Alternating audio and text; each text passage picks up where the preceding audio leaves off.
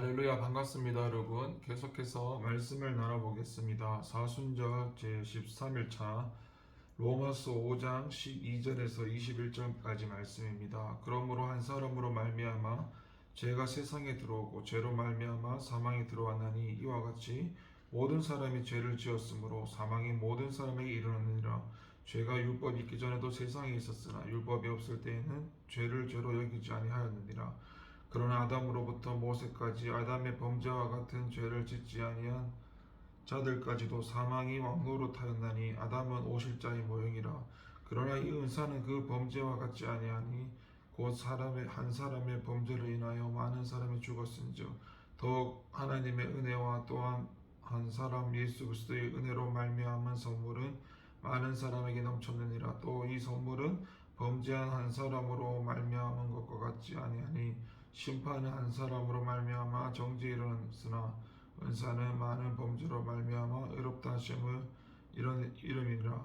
한 사람의 범죄로 말미암아 사망이 그 한 사람을 통하여 왕노릇하였은즉 더욱 은혜와 의의 선물을 넘치게 받는 자들은 한 분 예수 그리스도를 통하여 생명 안에서 왕노릇하리라. 그런즉 한 범죄로 많은 사람이 정죄에 이른 것 같이 한 의로운 행위로 말미암아 많은 사람이 의롭다 하심을 받아 생명이 이르느니라. 한 사람이 순종하지 아니함으로 많은 사람이 죄인 된 것 같이 한 사람이 순종하심으로 많은 사람이 의인이 되리라. 율법이 들어온 것은 범죄를 더하게 하려 함이라. 그러나 죄가 더한 곳에 은혜가 더욱 넘쳤나니 이는 죄가 사망 안에서 왕노릇한 것 같이 은혜도 또한 의로 말미암아 왕노릇하여 우리 주 예수 그리스도를 말미암아 영생에 이르게 하려 함이라. 아멘. 여러분은 사람으로 말미암아 죄가 세상에 들어왔습니다. 12절에 보니까 한 사람으로 말미암아 죄가 세상에 들어왔다고 했는데요. 이 말은 아담과 하와가 사단의 미혹에 빠져서 선악과를 먹고 하나님을 배반한 그 창세기 3장을 배경으로 한 말입니다. 우리들은 도대체 죄가 세상에 어떻게 들어오게 되었는지에 대해 궁금해합니다. 이에 대한 답변을 해주는 철학이나 다른 종교는 없습니다. 오직 우리 기독교의 성경만이 이 죄의 기원을 알려주고 있습니다. 곧 사람으로 말미암아 죄가 세상에 들어왔다는 겁니다. 동물과 식물 때문에 죄가 세상에 들어온 것이 아닙니다. 그것들에게는 죄를 지을 인격이 없습니다. 사단 때문에 죄가 세상에 들어오게 된 것도 아닙니다. 물론 사단은 인간보다 먼저 하나님을 배신한 타락한 천사입니다. 그러나 사단이 직접 죄를 세상에 들어오게 하지는 않았습니다. 사단은 아담과 하와로 하여금 죄를 짓도록 미혹하기만 했습니다. 그 미혹을 받아들여 죄를 범한 존재는 결국 사람인 것입니다. 그러므로 바울 사도는 사람으로 인해 죄가 세상에 들어왔다고 하는 것입니다.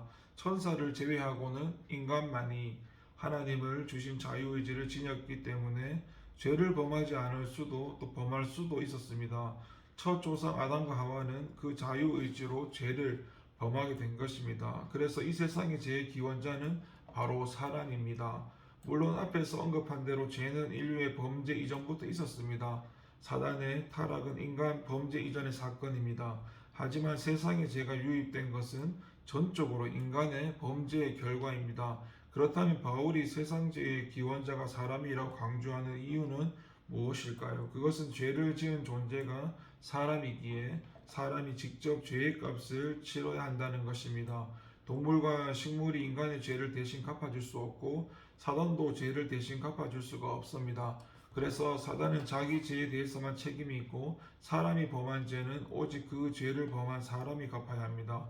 그런데 그 죄를 하나님 앞에 갚을 수 있는 사람은 아무도 없습니다. 죄인은 자기 스스로 죄의 문제를 해결할 수 없고 물론 사람이 죽음으로써 죄의 대가를 치를 수는 있습니다. 그러나 이것은 문제를 해결하는 것이 아닙니다. 사람이 죽음으로 죄의 값을 치르는 것은 구원의 방법이 아니라 그냥 멸망하는 것뿐입니다. 죄의 문제를 해결한다는 것은 구원받는 것을 의미합니다. 다시 하나님과 관계를 회복하여 영원히 사는 것입니다. 그런데 인간 스스로 여기에 도달할 수 없다는 것입니다. 바로 여기에 하나님의 아들이 인간으로 오셔서 십자가의 대속을 해주신 이유가 있습니다. 여러분, 죄는 인간에 의해 발생한 것이기에 인간이 갚아야 합니다.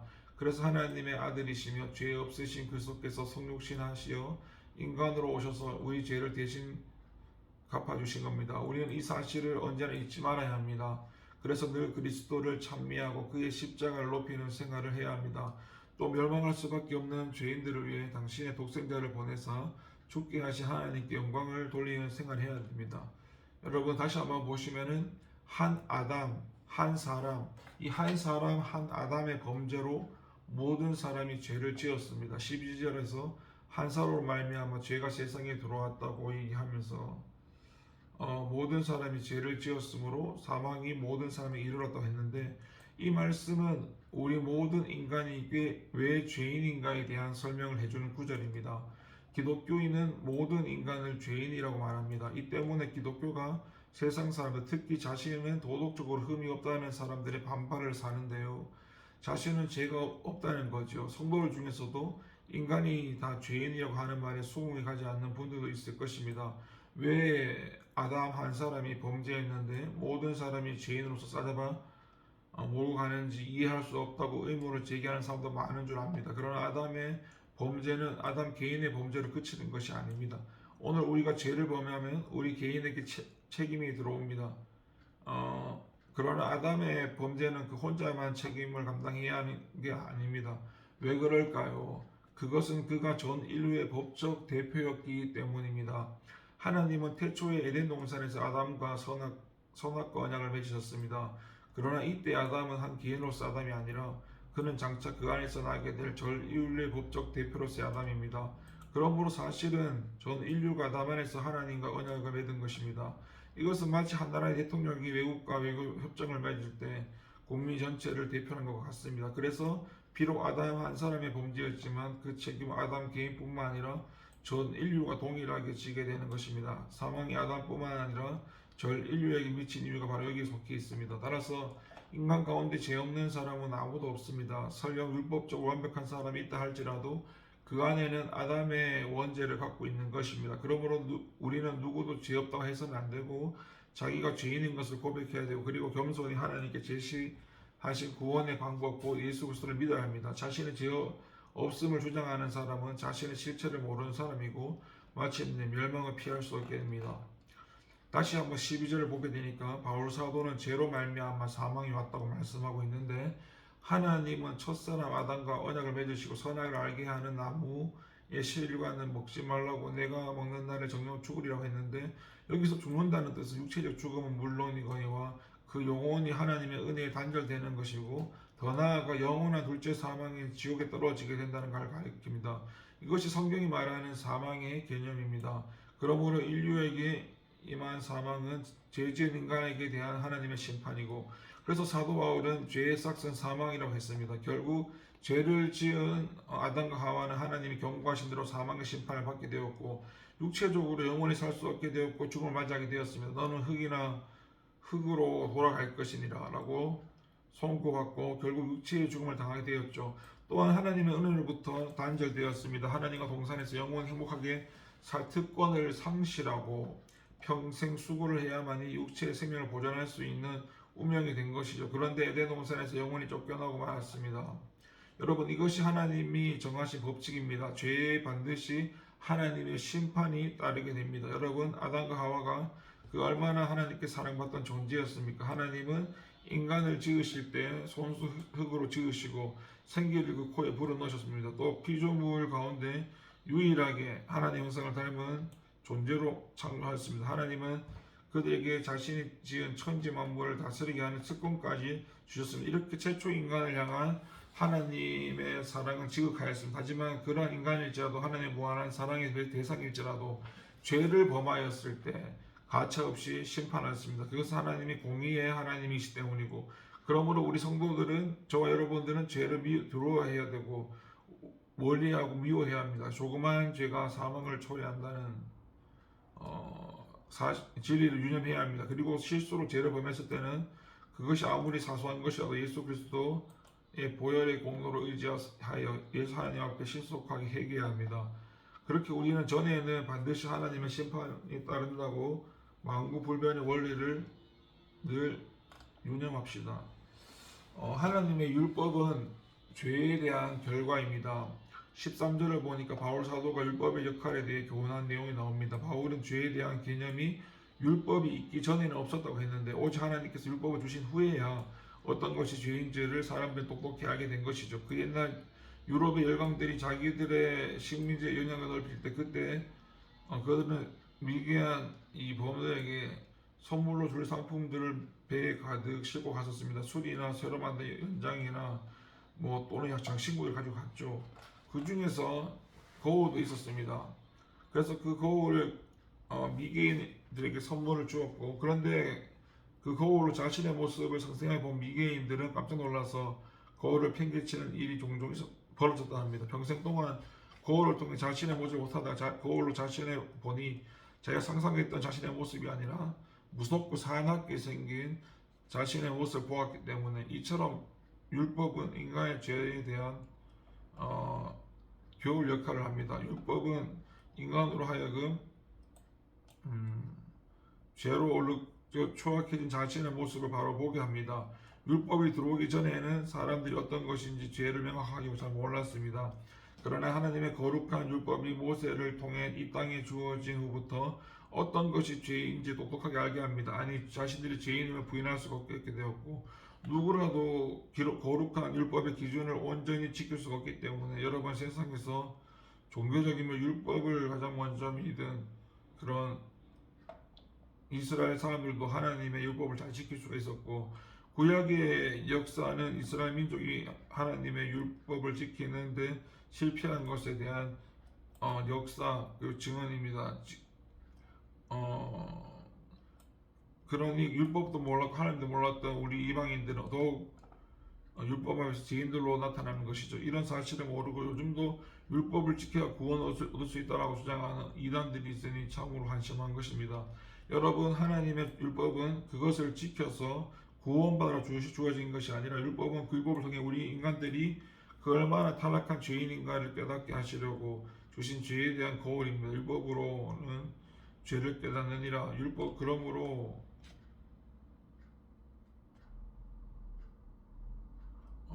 우리는 율법을 통해서 죄를 깨닫고 또 자신이 율법을 지킬 수 없는 무능한 존재라는 사실을 고백할 뿐만 아니라 오직 십자가로 율법의 요구를 만족시키고 그로 말미암아 믿음으로 의롭게 되는 구원의 길을 마련해서 주신 우리에게 예수 그리스도만 믿고 의지해야 할 것입니다.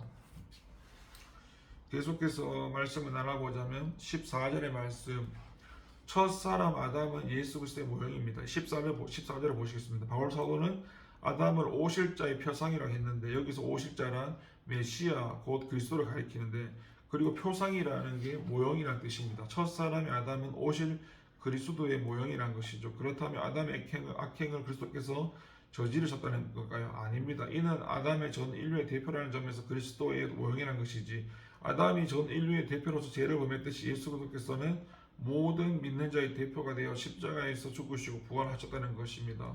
이런 바울의 논리에 대해 박스타라는 그 신학자는 다음과 같이 말했습니다. 성경의 권위에 근거하여 모든 사람에게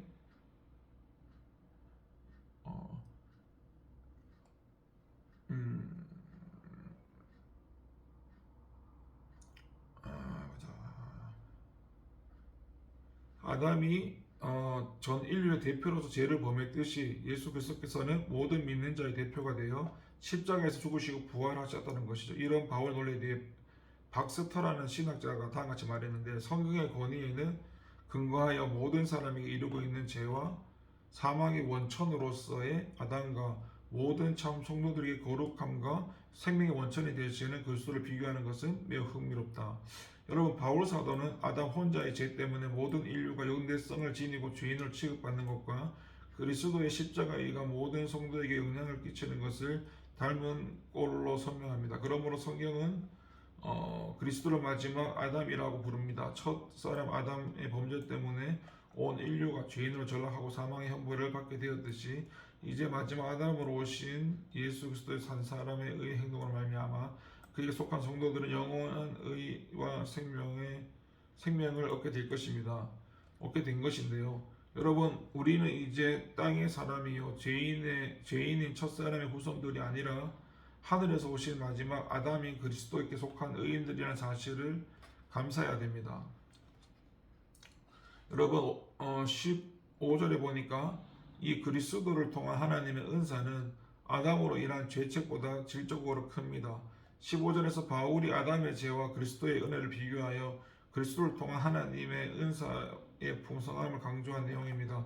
바울은 아담의 죄로 많은 사람이 죽었지만 그리스도의 은혜로 말미암아 하나님의 구원의 선물이 많음새 넘쳤다고 했는데요. 이 말은 질적인 면에서 그리스도를 통한 하나님의 구원의 선물이 아담으로 인한 사망의 불행보다 더욱 풍성하다는 것을 의미합니다. 비록 아담의 죄가 하늘에 사무치는 큰 반역의 죄이지만 그리스도 십자가 대속 은총은 그 큰 죄를 능히 덮을 수 있는 광대무한한 은혜라는 겁니다. 그러므로 여러분, 하나님은 아담 안에 있는 죄인들이 말씀하시기로 오라 우리가 서로 변론하자 너희 죄가 주홍 같을지라도 눈과 같이 휘어질 것이요 지름같이 붉을지라도 양털같이 되리라고 하셨는데요. 여러분, 고대의 붉은 염료는 한번 물들면 지우기가 거의 불가능했습니다. 요즘도 천연 염료를 탐색하는 일은 매우 어려운 일이고, 그런데 하나님은 그 죄가 아무리 붉고 진홍 같은 색깔이 띄고 있어도 얼마든지 눈처럼 희게 만드시겠다고 하셨죠. 이렇게 하나님의 은혜로 전가된 의의 선물은 아담의 범죄로 전가된 죄보다 훨씬 큽니다. 그러기에 우리의 큰 죄도 능히 용서하시고 남는 것이죠. 그러므로 저와 여러분들이 구원에 대한 확신을 지녀야 합니다. 그리스도의 십자가 대속은 은혜를 믿는 성도들은 하나님이 그 모든 죄를 풍성하게 용서하셔서 믿어야 합니다.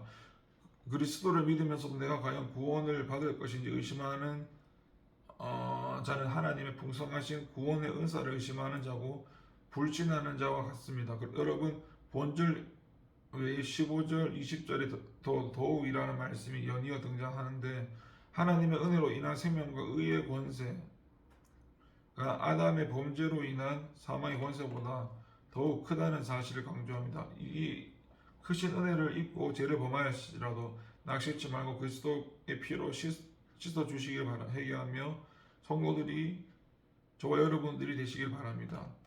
17절에 보니까 예수의 대속의 은혜는 우리의 신분의 질적인 변화를 가져왔습니다. 17절에 보니까 한 사람의 범죄로 인하여 사망이 한 사람으로 말미암아 왕노릇하였은즉 더욱 은혜와 의의 선물을 넘치게 받은 자들이 한 분 예수 그리스도로 말미암아 생명 안에서 왕노릇하리라고 했는데, 아담과 범죄에 따른 결과는 바로 사망의 모든 인류의 왕인 왕노릇한 것이며, 그 반면에 예수 그리스도로 말미암아 은사는 하나님의 은혜와 의의 선물을 넘치게 받는 자들로 생명 안에서 왕노릇하게 된다는 것입니다. 무엇이 바뀌었습니까? 바로 왕노릇하는 주체가 바뀌었습니다. 아담의 범죄로 인한 왕은 사망이었는데, 반면 그리스도의 은사로 말미암아 왕은 바로 은혜와 의의 선물을 넘치도록 받는 자들이라고 말합니다. 예수 그리스도께서 왕노릇하는 것이 아니라 예수는 처음부터 왕이시고 왕노릇하는 것은 그로 말미암아 은혜와 의의 선물을 받은 자들입니다. 여기서 우리가 아주 주의해서 살펴보아야 할 것이 있는데, 인류 위에 사망이 왕노릇했을 때 나중에 그리스도로 말미암아 은혜와 의의 선물을 넘치도록 받은 자들은 도대체 무엇을 했겠습니까? 그들은 과연 어떠한 신분이었겠습니까? 맞습니다. 그들은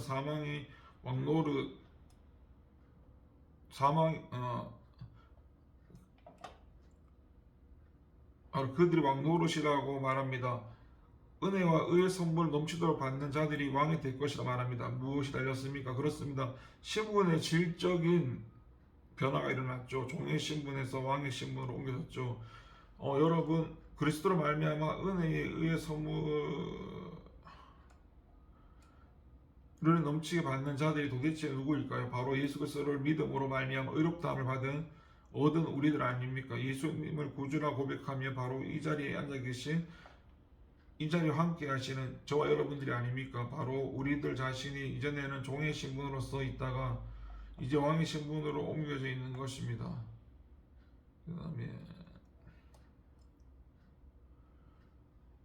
놀랍지 않습니까? 감동이 되지 않습니까? 저와 여러분 모두가 바로 왕이십니다. 그렇다면 이것이 도대체 어떻게 가능하게 되었습니까? 바울은 예수 그리스도로 말미암아 되어진 일이라고 선언합니다. 예수 그리스도의 대속의 은혜로 말미암아 되어진 일입니다. 예수 그리스도께서 우리의 모든 죄를 지고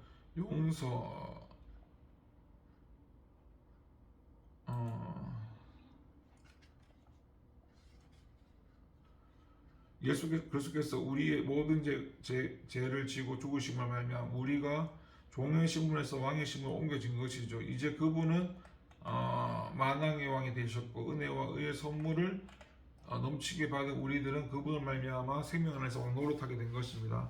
여러분, 저희는 이제 예수 그리스도의 대속의 은혜로 말미암아 이제 왕의 신분을 획득했고 왕의 신분으로 세상을 판단하고 천사들을 판단할 것입니다. 이제 사망한 너희 이기는 것이 어디 있느냐라고 호통치게 될 것이죠.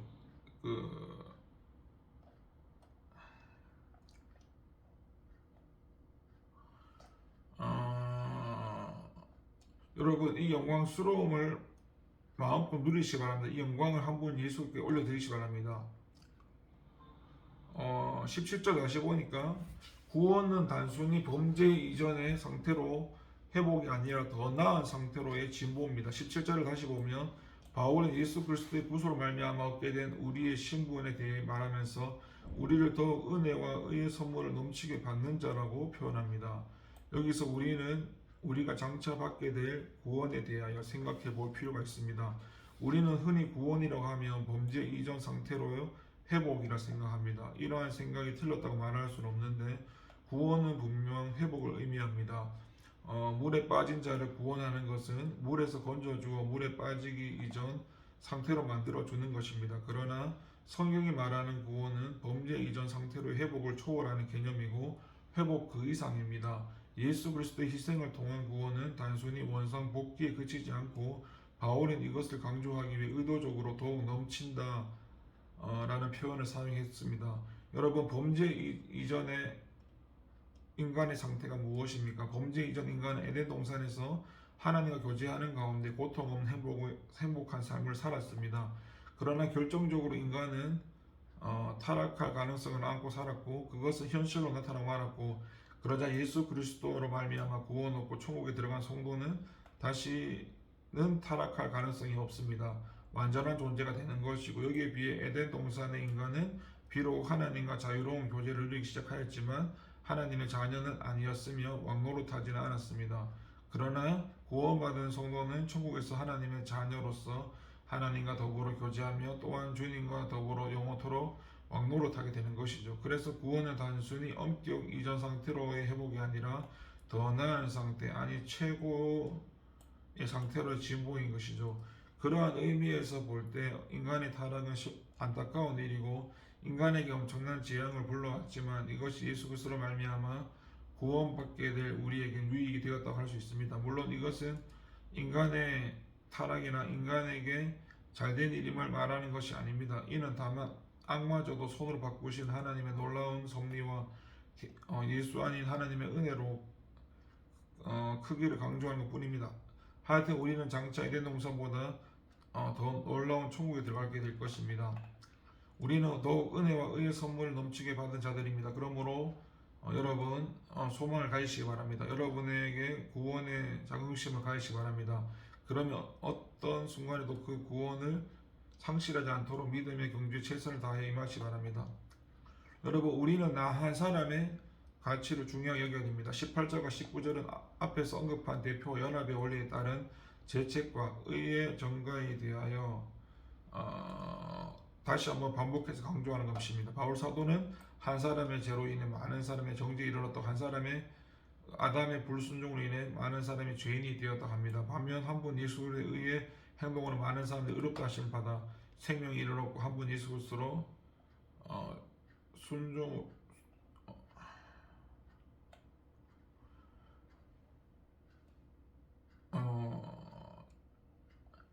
예수 그리스도의 순종으로 많은 사람이 의인이 되었다 했습니다. 한 사람 아담의 범죄와 불순종으로 모든 인류가 연대적으로 같은 죄인 취급받게 되었고 사망 권세 아래 죽어갔고 하나님과 영원히 분리되는 영원한 사망까지 당하게 되었는데 반면에 한 분 예수 그리스도께서 의로우신 십자가 사역과 죽기까지 하나님의 아버지 뜻에 순종하신 결과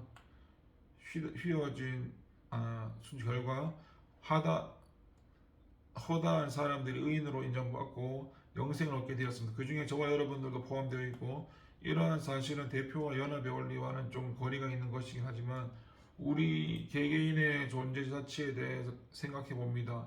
사실 우리 개개인은 아담이나 그리스도처럼 전 인류에게 영향을 끼치는 것은 아니지만 나름대로 주변에 많은 영향을 끼치고 살아갑니다. 그러한 면에서 한 사람 한 사람은 우리가 간과할 수 없는 중요한 존재고 다수결의 원칙이 익숙한 민주주의 사회에서 현대인들은 다수만을 중요하게 여기는 경향이 있습니다.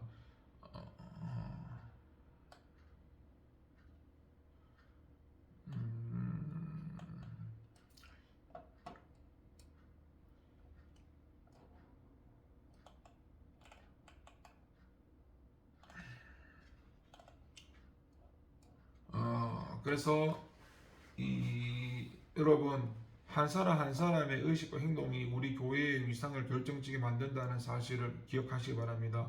여러분 한 사람의 신앙생활로 인해 여러분 가족들의 운명이 달라지게 된다는 사실도 기억하기 바랍니다. 나 한 사람으로 인해 많은 사람들이 도익이 돌아가야 만들어야 합니다. 한 사람으로 해서 많은 사람들이 고통을 받는 일이 많습니다.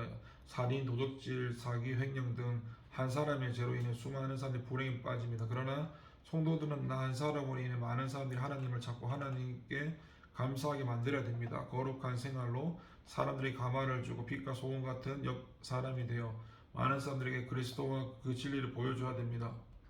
여러분, 저와 여러분 나 한 사람부터 올바른 신앙이 올바른 사회인이 되어야 우리 교회도 올바로 성장하고 우리 사회도 올바른 사회가 된다는 사실을 기억하시 바랍니다. 그리고 20절에 보니까 율법의 궁극적인 목적은 죄인을 그리스도의 은혜로 인도하는 것입니다. 20절에서 바울 사도가 율법의 궁극적인 기능에 대해 교훈했는데요.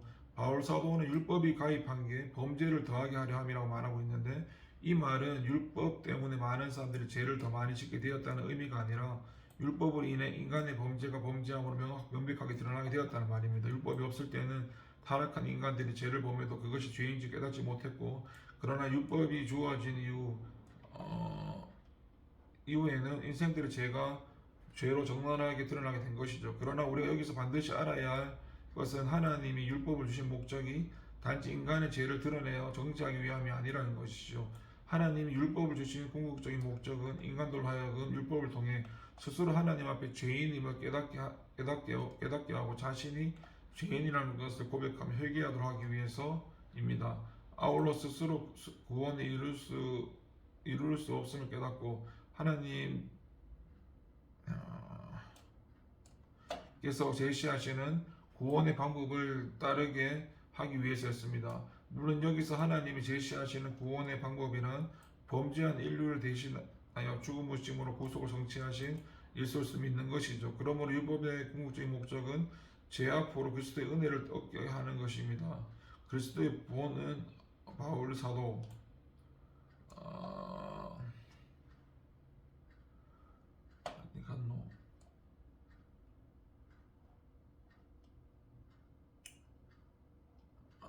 그래서 바울은 율법이 우리를 그리스도에게 인도하는 몽학 선생이 되어 우리로 하여금 믿음으로 말미암아 의롭다함을 얻게 된다 했습니다. 그런데 바울이 이처럼 율법의 기능에 대해 자꾸 강조하는 이유는 로마 교회 안에 있는 유대교 출신 성도들의 옛 의식을 바로잡아 주려는 까닭이었고 로마 교회 안에는 유대교 출신으로 유대 율법주의에서 완전히 탈피하지 못한 성도들이 있었습니다. 이들은 그리스도를 믿으면서도 율법을 지켜야만 온전히 구원받는 주장했습니다. 그래서 나를 지키고 절기를 중요시하게 여겼으며 자신조차 율법을 지키지 않는 성도를 비판했고 그래서 바울은 율법의 기능을 재차 확인함으로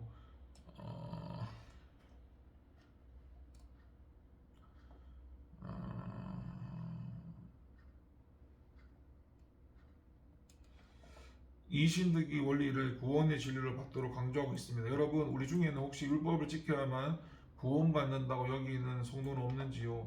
그런 성도가 있다면 바울 사도 강조하는 율법의 기능을 유념해야 됩니다. 율법은 인간이 얼마나 하나님의 영광에서 타락된 존재인지 보여주는 일과 그로 인하여 율법을 통해서만 결코 의에 이룰 수 없다는 사실을 깨닫게 만들어 오직 그리스도의 속죄 은혜만 믿도록 인도하는 일을 하는 것입니다. 그래서 아직도 구약의 율법을 지켜야 구원받는다 생각하시는 성도들은 그 생각을 버리시기 바랍니다. 내가 무엇을 해야만 구원 얻을 수 있다는 생각을 버리시기 바랍니다. 내가 무엇을 하고 율법을 지켜야만 한다는 생각은 우리를 믿으면서 떠나게 하는 마귀의 속셈입니다. 율법은 구원의 방법으로 아니라 구원의 결과로서 지켜지는 것입니다. 여러분, 오늘 우리는 이 본문에서 바울의 교훈을 통해 세상에는 두 가지 권세가 있다는 사실을 깨달았는데, 하나는 아담으로 말미암은 죄와 사망의 권세고, 또 한 가지는 예수 그리스도의 말미암은 의와 평강의 생명의 권세입니다. 그리고 지금은 아담의 죄로 이 집에 아담의 죄로 인한 사망 권세보다 그리스도의 속죄의 은혜로 인한 하나님의 생명 권세 왕노릇하는 시대라는 사실도 깨달았습니다. 중요한 것은 우리가 어느 권세 속에 속해 있느냐 하는 사실입니다. 주님은 이르시기를 내 말을 듣고 또 나를 보내시를 믿는 자 영생을 얻었고 심판이 있는 자는 하나님 사망에서 생명 옮겨졌다고 했는데, 여러분, 우리는 과연 그리스도와 그 속죄의 은혜를 믿고 있습니까? 믿는 자만이 하나님의 생명과 축복 속에서 영원히 왕노릇하게 될 것입니다. 기도하겠습니다. 하나님, 사순절을 보내는 가운데 있습니다. 하나님 은혜 주시고 오늘도 하는 말씀대로 살게 하옵소서. 예수님의 이름으로 기도합니다. 아멘.